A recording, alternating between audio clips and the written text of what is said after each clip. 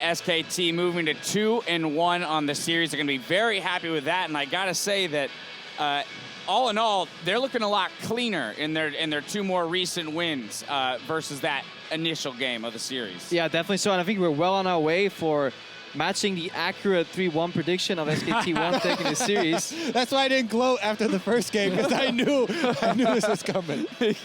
You knew they'd pick up one game. All right, well, let's talk through it a little bit. Again, we see the Soraka coming through and now playing a very pivotal role. As the casters both just mentioned, Faker playing well on both sides of the Azir matchup now. Well, I do want to jump on this mid lane matchup because Fizz doesn't beat Azir in lane, and Faker didn't beat xiaohu in lane.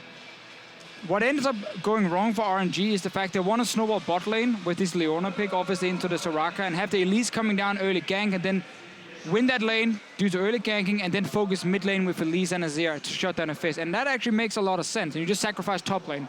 Except that winning that lane is a lot harder than most people think, right? Yes. Everyone's just like, oh yeah, Soraka, her weakness? Just stun her. Gank her, just burn her, Easy. ignite, we're fine now, right? Yeah, Soraka Sivir is against this Leona Jhin matchup is actually very fascinating because there's so many layers to it. Because if you go in as Leona early, you have to press stun early because then otherwise you risk getting into the silence field and then you can no longer proc it. With spell shield, generally what you want to do against the Sivir is you want to go in, fake the auto, she spell shields, then walk next to her. But then with silence field, that's another factor you have to factor in. So we saw Mala try and dance around it. They went a little ham level 1-2. They didn't respect the level 2 hard, trades, honestly. the out sustain, but they had some windows of opportunity. And at the same time, though, Wolf and Bang, I mean, these guys really played not to lose. They never played to win this lane. They could have won this lane by like 20 CS if they like put the foot on the pedal, but they always just avoid losing. Yeah, and that tacks on really well with Fisho's point. The SKT, as we said before, they're not playing to win these lanes, right? They're playing to win the team fights. Both of those bottom lanes bought a lot of pick potential to the mid game, right? We saw the long range initiation from Jhin, combo that into the stun. But the same thing with the Sivir, what SKT are doing multiple times, sitting on a pink ward, everybody's waiting there. You have this Assassin Fizz ready to run in. They pop the Sivir ultimate and immediately get a pick for themselves as well. Yeah. And that mid game, you know, the Fizz not only in other lanes, but also picking people off. You know, let's get the replay because it actually shows exactly where it goes wrong for RNG. Now, this is what SKT have changed and does really well now, is they react a lot. So it's actually a gank that's being set up. You can see the Elise on your minimap moving to top lane. And because there's a double teleport on the side of SKT, they can react with Faker coming in.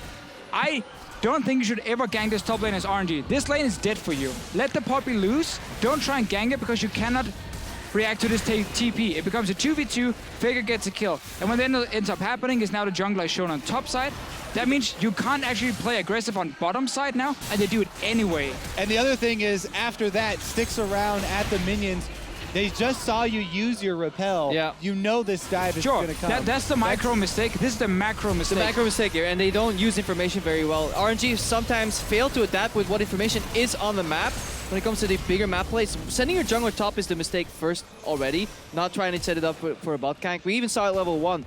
They went for a trade where they went super ham, and then 30 seconds later, the Elise shows up, and then it's like, why didn't you guys synchronize this? You know, maybe use your CC together, because then you can get through spell, shield, silence, and a flash, and still generate a kill. And all Leona Jhin need is 1 or 2 kills to start snowballing, because suddenly that sustain from Soraka isn't enough to beat your all-in, regardless of when you choose to go. And those kills need to happen before Fizz can TP in and have an impact in the bottom lane. So when you're all in level 2 and use your offensive summoner, then your jungler walks in at level 3. You don't have the same kill pressure suddenly anymore. It's very uncoordinated. And once that bot lane fails to get rolling, suddenly you can't really sit and camp the mid lane either because you're not winning the bot lane anymore and you will always lose top.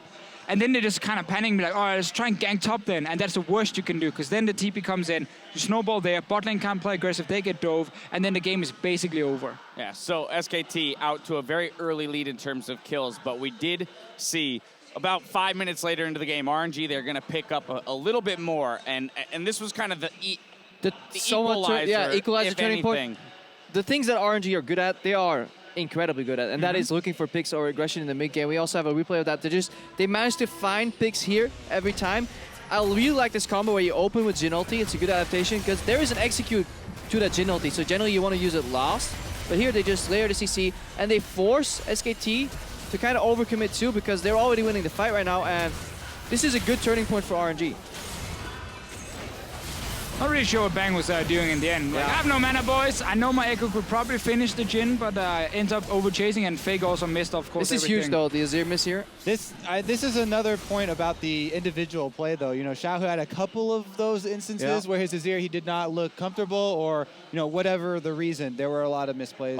Also, the fact that he goes for the first pick Azir when the LeBlanc was available, right? So he could have just went for the counter pick too. Like, I think he seems no longer have confidence in the counter matchup, because usually he would just give over the Azir, pick the LeBlanc if they take it, and then just wreck him in lane. How much of that, though, is the fact that now SKT is showing up to these team fights and RNG is saying we need something that's a little bit more secure from a champion perspective in the team fights, as opposed to looking for just that single carry? I mean, so you have to do both parts, right? You can draft for that style, and then they have to also set up for that style. Multiple times, you know, they're there, they don't have the front line in a very similar area where they were trying to do one of those team fights, and, you know, story could be completely different, but not setting up the pink wards in advance, you know, trying to get everybody there ready for the fight. All right, well, real quickly, before we go to break, I want to take a look at the fight that kind of put the nail in the coffin for RNG. SKT picking up 5 kills, 4-2, plus Baron off the back end of it.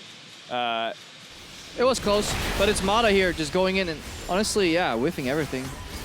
Yeah, as soon as you're done this, you're kind of useless now as a Leona, obviously missing everything, but this is the fight you talked about, Kobe, where Poppy isn't there in the front line, and it's a fun game to play Ekko when not only do you see Azir, and Ekko is really good into Azir because flanks are very strong against against Azir, you also see a Jhin. And like, oh, that is gold, and when you have so much mobility in CC versus an AD carry who can't escape, and your team is winning early on, so obviously Duke ends up having a monster game, because he basically got spoon-fed everything. Well, yeah, of course, Duke is finally happy that he doesn't have to be the one taking this matchup on the other foot there, right? He's finally able to get actually a good matchup that he should be winning, and he does. Yep. Maybe could have won a little bit harder than the 1%, but he definitely did his job. Yeah, we saw how the lack of frontline really influenced that fight, though, because yes, Mata whiffs a little bit, but if there's a Poppy there at least with Steadfast present, maybe they can cancel a Fizz Q, you know, any dashes going in, maybe just slow them down a little bit, but he arrived when the fight was already over, and then, yeah, Poppy is pretty much useless. All in all, SKT moving to 2-1. They're going to have brought this series to match point for themselves. We'll be right back to see if RNG can extend this series one more game. We'll be right back here in Shanghai in just a moment. We'll see you soon.